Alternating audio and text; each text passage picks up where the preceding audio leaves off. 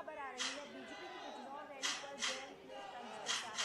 बिजनौर में धूप खिली हुई है ये कहा जयंत चौधरी ने, लेकिन भाजपा का मौसम खराब है। बकायदा उन्होंने अपने ट्विटर पे, अपने फेसबुक पेज पे एक बकायदा एक पिक्चर शेयर भाइयों बहनों, टेम्परेचर भी दिखाया और ये कहा कि ये भाजपा का मौसम दरअसल खराब है। तो ये भाइयों बहनों, आने पर जयंत हम सबके बीच में देखिए ये हम आपको हमारे देश के यशस्वी प्रधानमंत्री और विश्व के सर्वाधिक लोकप्रिय नेता और जिनका उत्तराखंड की धरती से एक असीम स्नेह है और उत्तराखंड के लोगों का भी जिन पर एक विश्वास है, वो हम सबके बीच में आ गए हैं।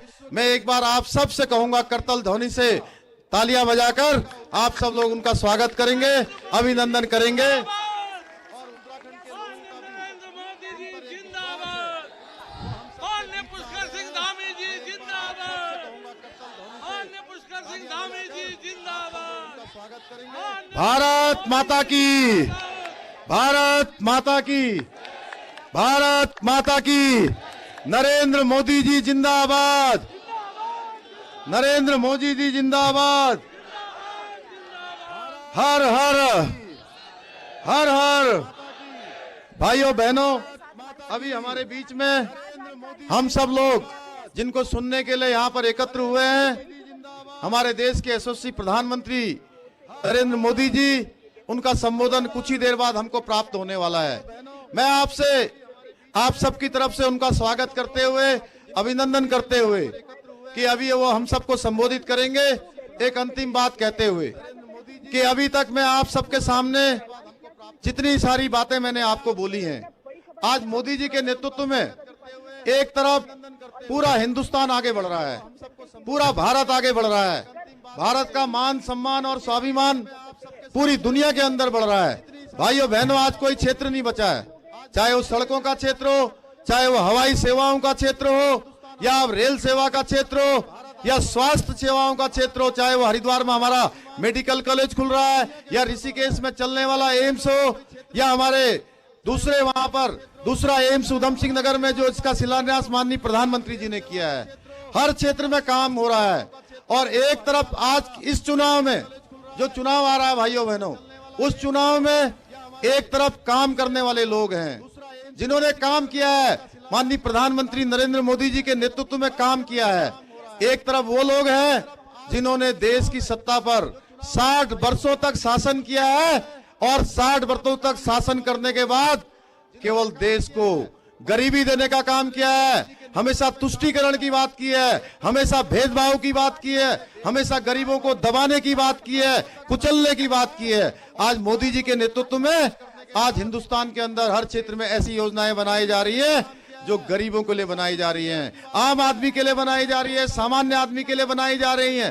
एक तरफ आज प्रधानमंत्री मोदी जी के नेतृत्व में ये सब काम हो रहे हैं, और दूसरी तरफ केवल कारनामे करने वाले लोग, जिन्होंने अपने समय में कोई काम नहीं किया है, आज वो बड़ी बड़ी बातें करते हैं, जिनके परिवार के लोगों ने इस देश के अंदर 55 वर्षों तक और 60 वर्षों तक शासन किया है। आज मोदी जी जिस प्रकार की कार्य संस्कृति और कार्य व्यवहार इस देश के अंदर लाए हैं, जो कर्म नहीं करते थे भाइयों बहनों, वो भी कर्म करने के लिए मजबूर हो रहे हैं। जो धर्म की बात नहीं करते थे, जो धर्म की बात नहीं करते थे, आज वो भी टीका चंदन लगाने के लिए और गंगा आरती करने के लिए मजबूर हो रहे हैं। मैं किसी धर्म विशेष के खिलाफ नहीं हूं, मैं कभी नहीं बोलता हूं, लेकिन भाइयों बहनों, एक तरफ जहां मोदी जी के नेतृत्व में आज प्रदेश के अंदर हो या देश के अंदर हो, अस्पताल खुल रहे हैं, स्कूल बन रहे हैं, बड़े बड़े स्टेशन बन रहे हैं, बड़े बड़े हाईवे बन रहे हैं, बड़े बड़े रेलें चल रही है, रेलवे स्टेशन बन रहे हैं, हवाई अड्डे बन रहे हैं, देश का विकास द्रुत गति से, तेज गति से हो रहा है। और दूसरी तरफ हमारी कांग्रेस पार्टी, उस पार्टी का यहाँ पर घोषणा पत्र जारी होता है, और घोषणा पत्र जब वो जारी करते हैं तो घोषणा पत्र में वो किस बात को कहते हैं? वो कहते हैं कि हम सरकार में आएंगे तो मुस्लिम यूनिवर्सिटी बनाएंगे। भाइयों आप सोचिए, आप उत्तराखंड की जनता जो देवभूमि है हमारी, माँ गंगा का प्रदेश है, यमुना का प्रदेश है, 4 धामों का प्रदेश है। मैं कहना चाहता हूं कि आपका एक एक वोट आने वाली 14 फरवरी को इनके जो गहरे नापाक इरादे हैं, ये खराब इरादे हैं, उत्तराखंड को गर्त में ले जाने वाले इरादे हैं, देवभूमि को कलुषित करने वाले इरादे हैं। आपका एक एक वोट इन पर गहरी चोट करेगा। इसलिए मैं आप सबसे निवेदन करने के लिए आया हूं कि 14 फरवरी के दिन आप सब लोगों ने कमल के फूल वाला बटन दबाना है। सभी नातेदारों को, रिश्तेदारों को, मित्रों को प्रातःकाल से ही उन सबसे निवेदन आज से ही करना है। 14 फरवरी का दिन ज्यादा दूर नहीं है। ऐसी सरकार बनानी है भाइयों बहनों, जो डबल इंजन की सरकार, माननीय मोदी जी की सरकार के साथ चले। और एक छोटा इंजन यहां से भी भेजना है। सारे इंजन मिलकर, जैसे पिछले 5 सालों में काम हुआ है, 1.5 लाख करोड़ से भी ज्यादा की योजनाएं यहाँ के लिए स्वीकृत हुई है, वो सारी योजनाएं आगे बढ़ेंगी। हमारा ये पूरा लक्सर क्षेत्र आगे बढ़ेगा, हमारा ये हरिद्वार क्षेत्र आगे बढ़ेगा, हमारा उत्तराखंड आगे बढ़ेगा, हमारा भारत मोदी जी के नेतृत्व में आगे बढ़ेगा।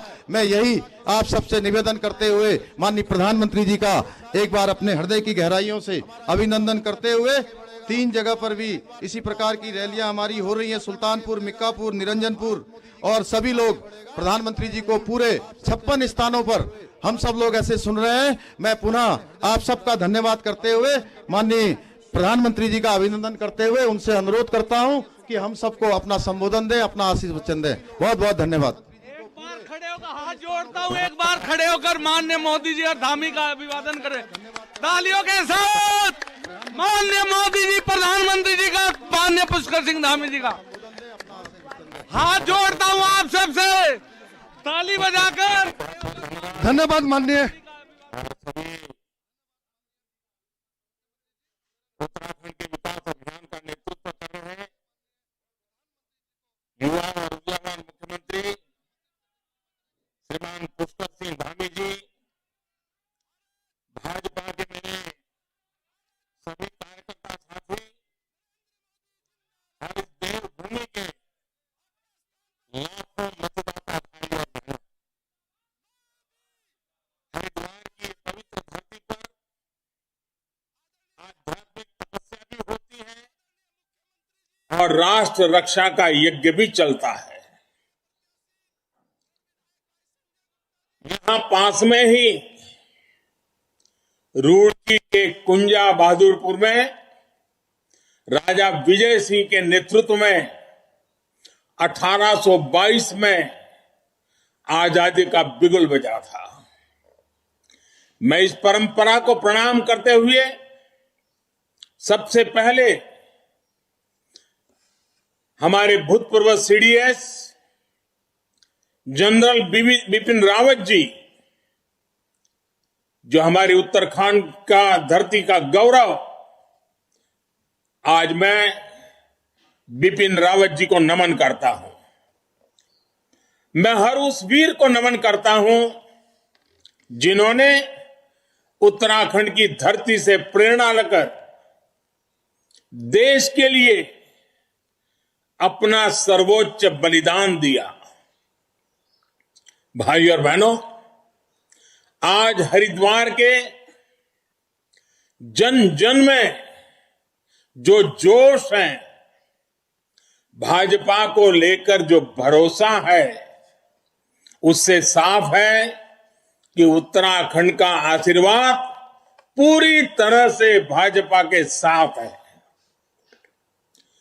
पुष्कर सिंह धामी जी के नेतृत्व में पूर्ण बहुमत की डबल इंजन सरकार एक बार फिर तय है।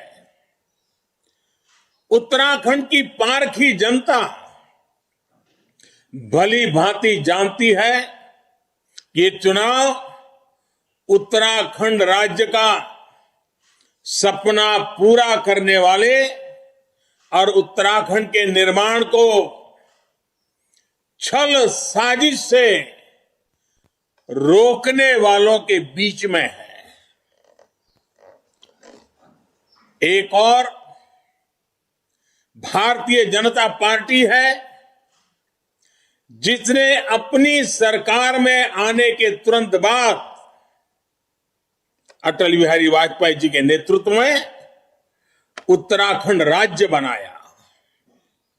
दूसरी ओर वो लोग हैं जिन्होंने उत्तराखंड के निर्माण को रोकने के लिए हर संभव षड्यंत्र किया, जितने हो सकते थे रोड़े अटकाए। तो आप मुझे बताइए, जो लोग उत्तराखंड को राज्य के रूप में देखना ही नहीं चाहते थे, वो उत्तराखंड का विकास होते देखना चाहेंगे क्या?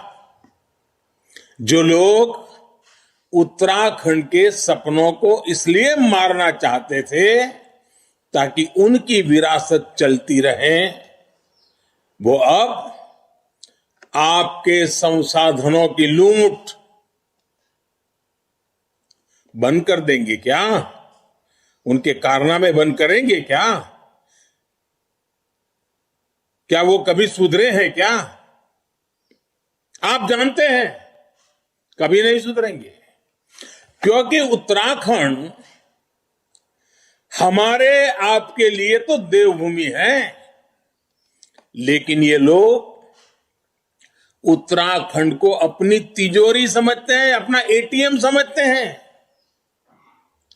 ईश्वर ने जो प्राकृतिक संपदा इसे दी है, जो संसाधन दिए हैं, उन्हें ये लोग लूटते रहना चाहते हैं, अपनी जेबें भरते रहना चाहते हैं।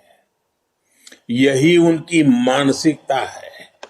लेकिन देवभूमि की देव्य तुल्य जनता ने ये तय कर लिया है कि अब इन्हें मौका नहीं मिलने वाला है। ये पुण्य प्रदेश अब इन्हें भ्रष्टाचार का पाप नहीं करने देगा। साथियों, कुछ लोग ऐसे होते हैं जो खुद तो कुछ अच्छा नहीं करना चाहते, और कोई दूसरा अच्छा काम कर दे तो उनके पेट में दर्द होने लगता है। उत्तराखंड को लेकर कांग्रेस पार्टी का यही रवैया रहा है। इनकी इच्छा के खिलाफ उत्तराखंड बन गया तो ये आज तक उससे अपनी भड़ास निकाल रहे हैं। इन्होंने उत्तराखंड को पीछे धकेलने के लिए देश की सुरक्षा तक को ताक पर रखने में संकोच नहीं किया। ये राज्य हमारा बॉर्डर स्टेट है। यहाँ के गांव दूसरे देश की सीमा से जुड़े हुए हैं, इसलिए यहाँ का विकास, यहाँ का इंफ्रास्ट्रक्चर यहाँ के लोगों के जीवन के लिए नहीं, देश की अखंडता के लिए भी जरूरी है, राष्ट्र रक्षा के लिए भी जरूरी है। लेकिन इतने दशकों तक कांग्रेस वालों ने क्या किया? जहां थी उस इलाके को जानबूझकर सबसे पिछड़ा बनाए रखा। अब भाजपा की सरकार सीमावर्ती गांवों में प्राथमिकता के आधार पर विकास। इस बजट में भी वाइब्रेंट विलेज नाम से एक योजना का ऐलान किया गया है। इस योजना के तहत सीमावर्ती गांवों में संसाधन और सुविधाएं बढ़ाई जाएगी ताकि वहां पर्यटन भी बढ़े। साथियों, जिस पार्टी की स्ट्रेटेजी विकास न हो, इसी सोच वाली हो, वो अब लाख वायदे कर लें, अगर सत्ता मिल गई तो क्या करेंगे ये पूरा हिंदुस्तान जानता है, उत्तराखंड ज्यादा जानता है। इन्होंने पाप किया है उत्तराखंड के सपनों का गला घोंटने का। इन्होंने पाप किया है विकास की दौड़ में उत्तराखंड को दशकों पीछे धकेलने का। इन्होंने अक्षम्य पाप किया है देश की सुरक्षा को दांव पर लगाने का। मैं जानता हूं उत्तराखंड इन्हें कभी क्षमा नहीं करेगा। इसलिए आने वाली 14 फरवरी को कांग्रेस के गुनाहों को याद करते हुए ही भारतीय जनता पार्टी के कमल के लिए मतदान करना है। साथियों, डबल इंजन की सरकार, इन सरकार के होने से चीजें कैसे बदलती हैं, विकास पर लगे हुए ब्रेक कैसे हटते हैं, इसका बहुत बड़ा उदाहरण ऋषिकेश कर्णप्रयाग रेल लाइन है। ऋषिकेश कर्णप्रयाग रेल लाइन का काम 1 दशक पहले शुरू होना था, लेकिन पिछली ब्रेक वाली सरकार ब्रेक पर ब्रेक ही लगाती रही। 2011 से 2014 तक उनकी यहां भी, भारत सरकार में भी उनकी सरकार थी, केंद्र में और राज्य में दोनों सरकारें उनकी थी, यानी डबल ब्रेक वाली सरकार। डबल ब्रेक वाली सरकार द्वारा इन 3-4 सालों में इतने बड़े काम के लिए केवल 4 करोड़ रुपए खर्च किए गए। केवल 4 करोड़। 2014 में जब केंद्र में आपने मुझे सेवा करने का अवसर दिया, हमारी सरकार आई, तो एक ब्रेक हमने हटाया। हमने ऋषिकेश कर्णप्रयाग रेल लाइन के लिए प्रयास शुरू किए, लेकिन दिल्ली से हम जोर लगाते थे, देहरादून से ब्रेक लगा दिया जाता था। 2017 में जब देहरादून में डबल इंजन की सरकार आई, उसके बाद से करीब 5,500 करोड़ रुपए खर्च किए जा चुके हैं।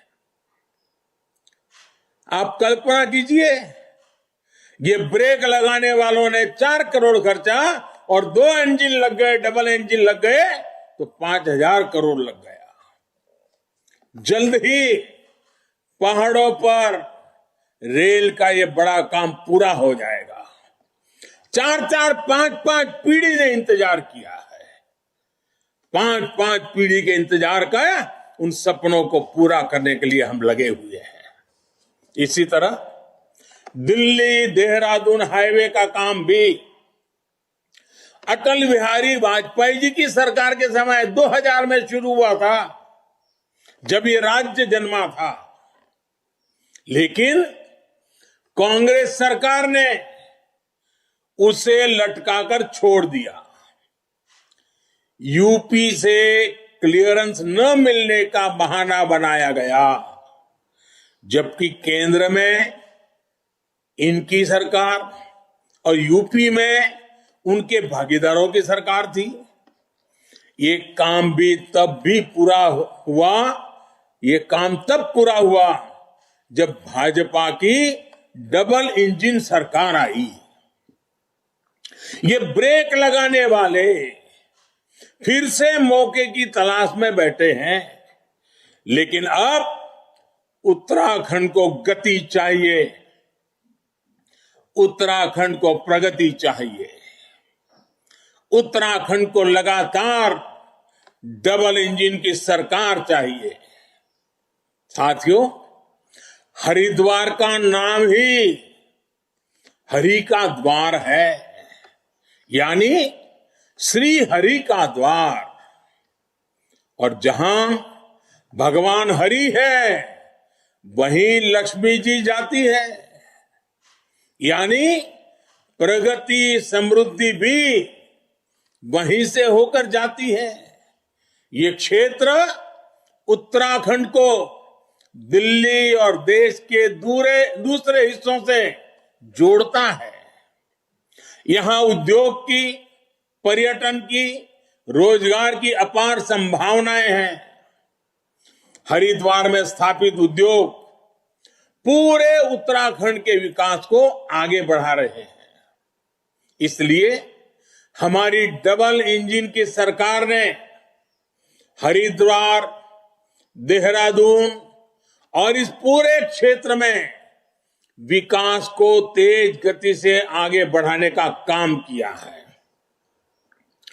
दिल्ली देहरादून के बीच बन रहा एक्सप्रेसवे यात्रा के समय को घटाएगा, नए उद्योगों को यहां आने का रास्ता देगा। हरिद्वार के उद्योगों को तो इससे बहुत बड़ा फायदा होगा। हमारी सरकार ने जौली ग्रांट एयरपोर्ट पर एक नया टर्मिनल भी शुरू किया है। इससे यहां आने वाले पर्यटकों की संख्या बढ़ेगी, पर्यटन से होने वाला लाभ बढ़ेगा। केंद्र सरकार देश में वाटरवेज को विकसित कर रही है। गंगा में अब शिप चल रहे हैं, जहाज चल रहे हैं। इसका बहुत बड़ा फायदा हरिद्वार और पूरी गंगा बेल्ट को होगा। हरिद्वार में रिंग रोड के लिए 1,500 करोड़ रुपए की मंजूरी दी गई है।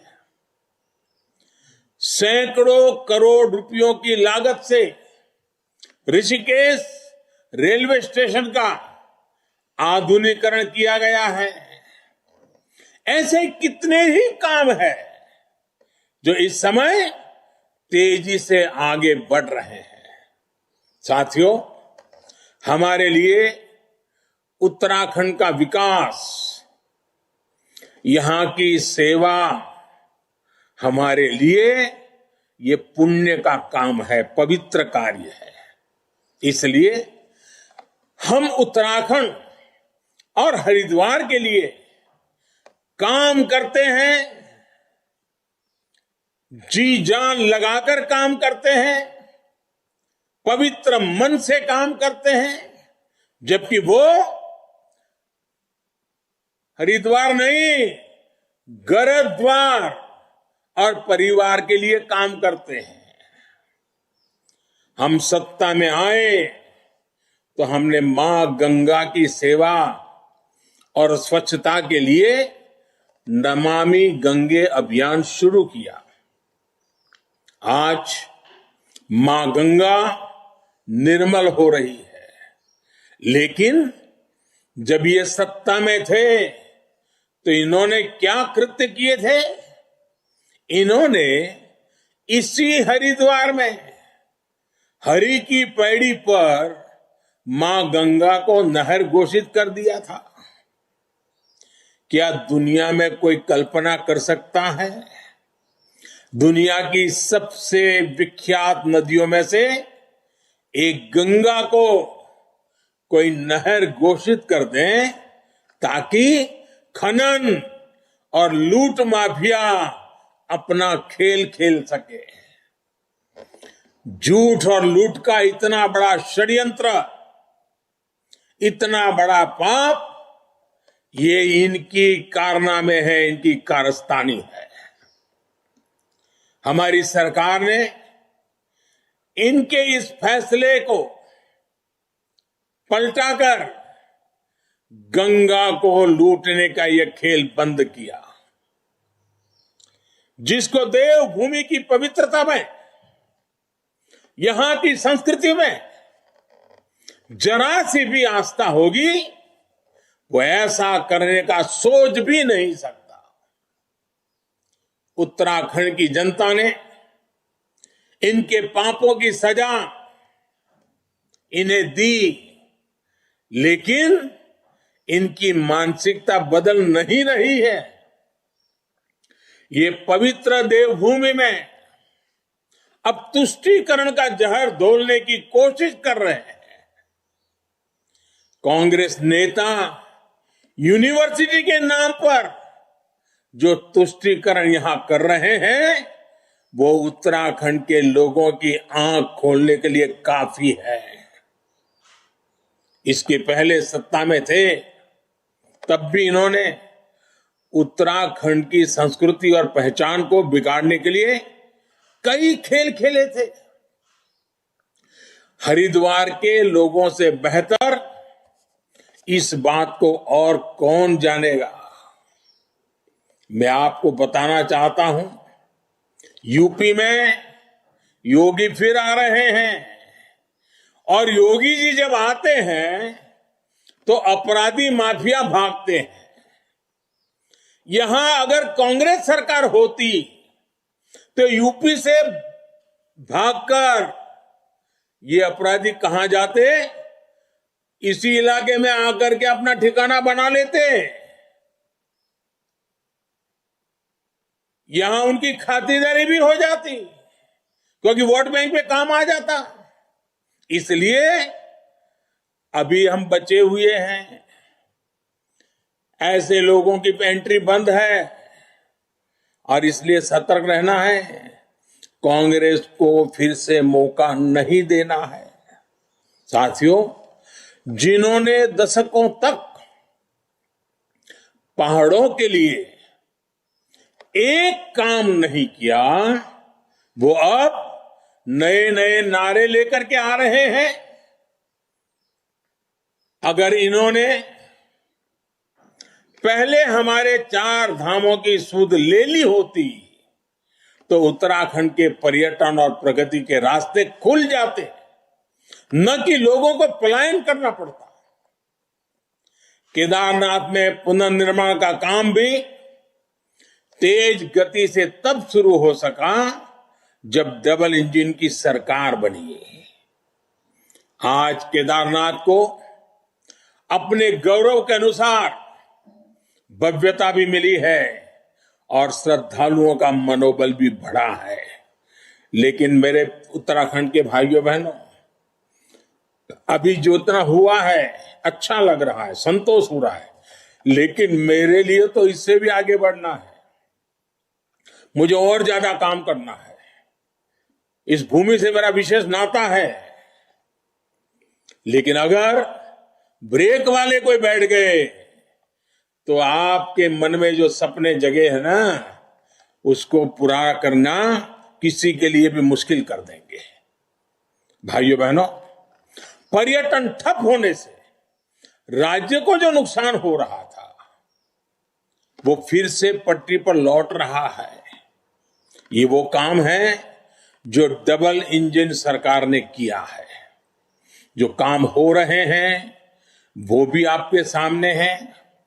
आज हमारी सरकार 12,000 करोड़ रुपए खर्च करके 4 धाम प्रोजेक्ट का काम कर रही है। जिन इलाकों में कई महीने पहुंचना मुश्किल होता था, वहां के लिए ऑल वेदर कनेक्टिविटी वाली रोड्स बनाई जा रही है। इस बार के बजट में केंद्र सरकार ने उत्तराखंड जैसे राज्यों के लिए पर्वतमाला परियोजना की घोषणा की है। इससे पहाड़ों पर विकास के नए युग का आरंभ होने जा रहा है। आने वाले समय में यहां पर्यटन बढ़ेगा, रोजगार बढ़ेगा और युवा अपने सपनों को पूरा कर सकेंगे। साथियों, विकास तभी होता है जब वो जन सामान्य तक पहुंचे, उनके जीवन को बेहतर कर सके। पहले पहाड़ों पर इलाज की सुविधा नहीं होती थी, शिक्षा नहीं होती थी, पीने के लिए पानी खत्म होता जा रहा था, लेकिन सुध लेने वाला कोई नहीं होता था।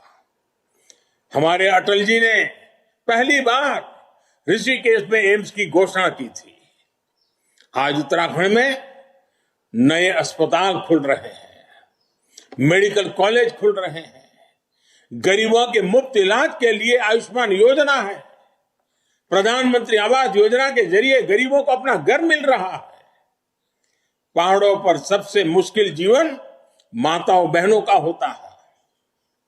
उन्हें पानी लाना होता था तो कई कई किलोमीटर पैदल चल करके पहाड़ियों पर चढ़ चढ़ करके बड़ी मुश्किल से ला पाते थे।